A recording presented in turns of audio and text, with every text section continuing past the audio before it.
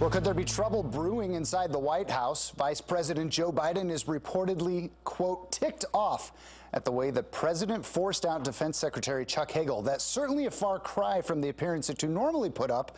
Remember this smiling selfie? So what's really going on in the White House? Adriana Cohen is a radio talk show host and columnist for the Boston Herald. Good morning, Adriana. Good morning. Great to be with you. Thank you. A very difficult week, let's say, for the president, with some of his very close confidants and people from his post and office now starting to sound a little bit disgruntled with what's going on. The vice president, obviously right now, saying he's ticked off a close ally with Chuck Hagel in the past and not happy with the way that he was dismissed from his Secretary of Defense post. That's right. I can understand Vice President Biden's frustration. Chuck Hagel was a longtime friend and ally, like you said, and he was ceremoniously, pushed out of this position. And I can't blame Chuck Hagel for even, being frustrated with this administration. The American people are frustrated with President Obama's feckless, rudderless foreign policy. We're at war with ISIS.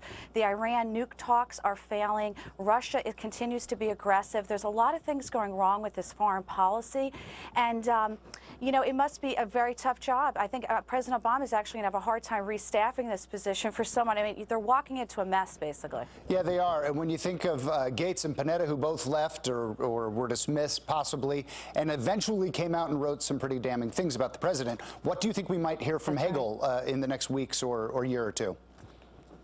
I think he's going to be very critical. He was not for the Gitmo prisoners being released. Obviously, that's a bad thing to do, to release terrorists who we know when these Gitmo terrorists get released, many of them re-up with jihad, which is bad for America. It puts our troops in danger, and it also puts Americans living overseas in the Middle East and elsewhere at danger of being held captive or taken hostage. So this is absolutely the wrong time to be closing Gitmo when we're at war with ISIS. And, this terrorist organization is growing. They're getting more powerful. We shouldn't empower them with more terrorists. So I know that was one of the things that Chuck Hagel was frustrated with. He was also frustrated with President Obama's lack of strategy on how to deal with Syria and how to deal with, the Syrian dictator Assad.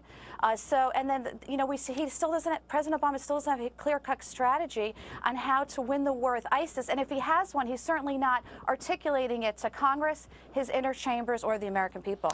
As we head into 2016, and Hillary Clinton is no longer part of the cabinet, so she is able to potentially distance herself a little more easily from the president. Biden, not the case. He is still the vice president and still absolutely tied to President Obama. Does it make it more difficult for Biden to run in 2016 because he still has to show some alliance to the president?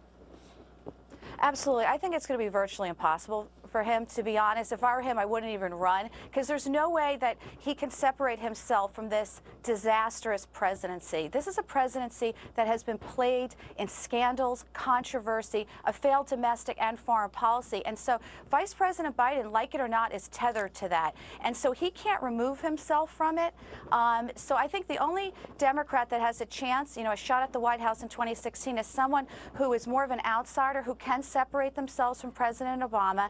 And they need to be more of a centrist, because President Obama is a radical left-wing liberal, and his policies were rejected in the midterms. And so Americans don't want an extreme left-wing president. They want someone more in the middle. And so I would advise any Democrat running, they need to move more to the center. Well, and one last thing quickly. This week, Chuck Schumer came out speaking against Obamacare, or at least that they had pushed Obamacare so forcefully.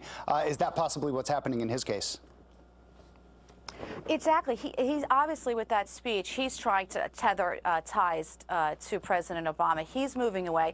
But the reality is Senator Schumer can't really cut ties, because he was one of the people who voted for Obamacare. The time for him to have spoken up was when the bill was being passed. He should have said, no, I'm not voting for this horrendous piece of legislation that is hurting the American people. So, it's a little day late, he's a little too late, so to speak. Yeah. Yes, that's right. All right, Adriana Cohen, thank you very much for joining us this morning. Great to be here.